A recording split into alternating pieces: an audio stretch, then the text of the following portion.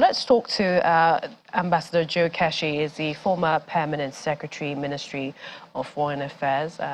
He joins me for more on this. Hello, Ambassador Keshi. Good afternoon. Thank you for joining me. What's your assessment of the situation in Sudan? First, I think it's very unfortunate that Sudan is again in the news for all the wrong reasons you can think of.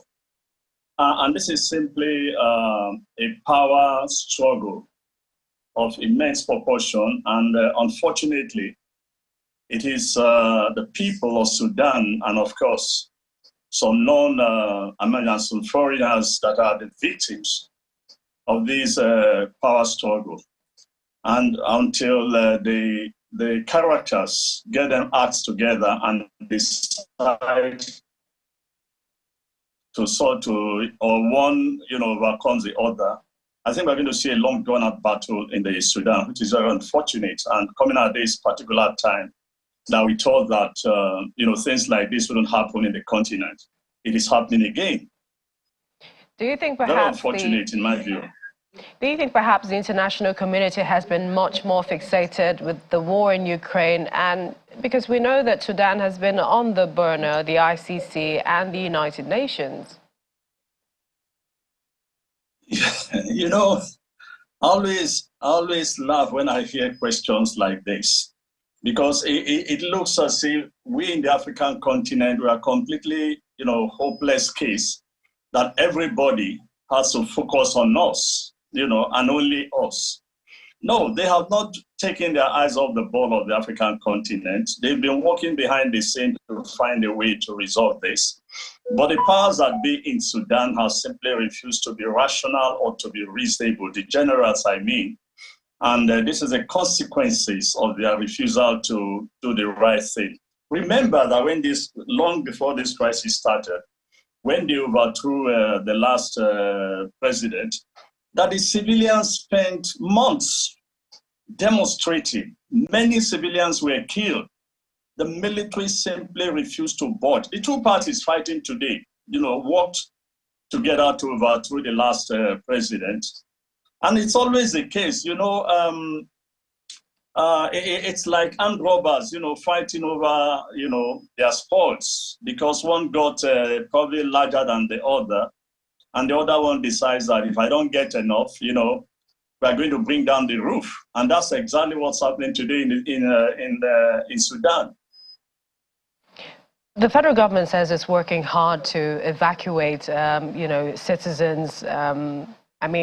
Do you think that perhaps Nigeria has been caught napping again, just like what we saw earlier on with the Ukraine crisis? Some are also saying that is Nigeria losing its relevance in the African sphere?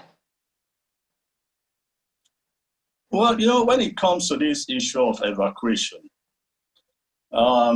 yes, we're always caught napping, but the truth, of course, is that it's not totally the fault of the federal government. But I'll say this, the Ministry of Foreign Affairs has a template for evacuation of Nigerians. But I don't think the state itself, the country itself, is adequately, well prepared like other countries, that if there's a problem somewhere in any part of the world, particularly in African continent, by now we should have developed that capacity or policy of how to evacuate our citizens, as quickly as we can, just like the rest of the world, people are doing all over the place. Now, telling that Nigerian students to go from Sudan to, Egypt or to another neighboring country, and there they'll be picked up and so on. Look, it's a traumatic experience, if you want to ask me. I have been involved in trying to evacuate Nigerians, and I can go on and on about the challenges of trying to do this kind of thing. But the good news, at least, is that something is being done, which is most welcomed, and we can only encourage the federal government. But going forward, a policy must be developed. The Air Force, in particular, must be, 100% ready, like the Air Force of other countries. We have, when you fly into Lagos or leaving Lagos at any particular time, you see a couple of C-130 planes at the tarmac there, you don't exactly know what they are doing there. These are the kind of planes that are needed to evacuate people or that are needed in case of emergency. They should be battle ready.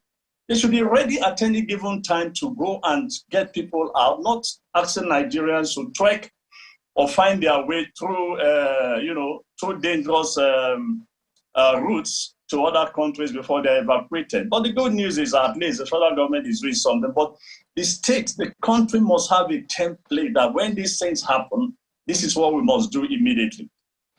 Ambassador Joe Keshi, we appreciate your time always on the program. Thank you for joining me. Thanks for having me this afternoon. Thank you. Have a good lunch.